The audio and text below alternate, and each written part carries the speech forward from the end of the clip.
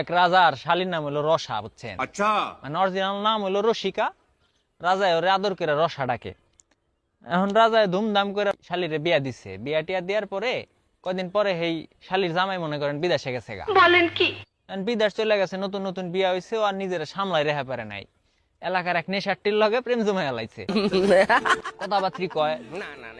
এখন একদিন ওই নাগরে কইতেছে কি, কয় শোনা তুমি আজকে রাইতে বেলা আইসো, তোমার মিষ্টি খাও। নাগর তো এই কথা হই না মনে করেন একেবারে 100 শরীরে জোশ চলে আইছে। এখন নাগর গেছে, আচ্ছা ঠিক আছে আমি রাইতে বেলা আইসা তোমার জানলায় টোকা দিমানি, তুমি বাইরে আচ্ছা।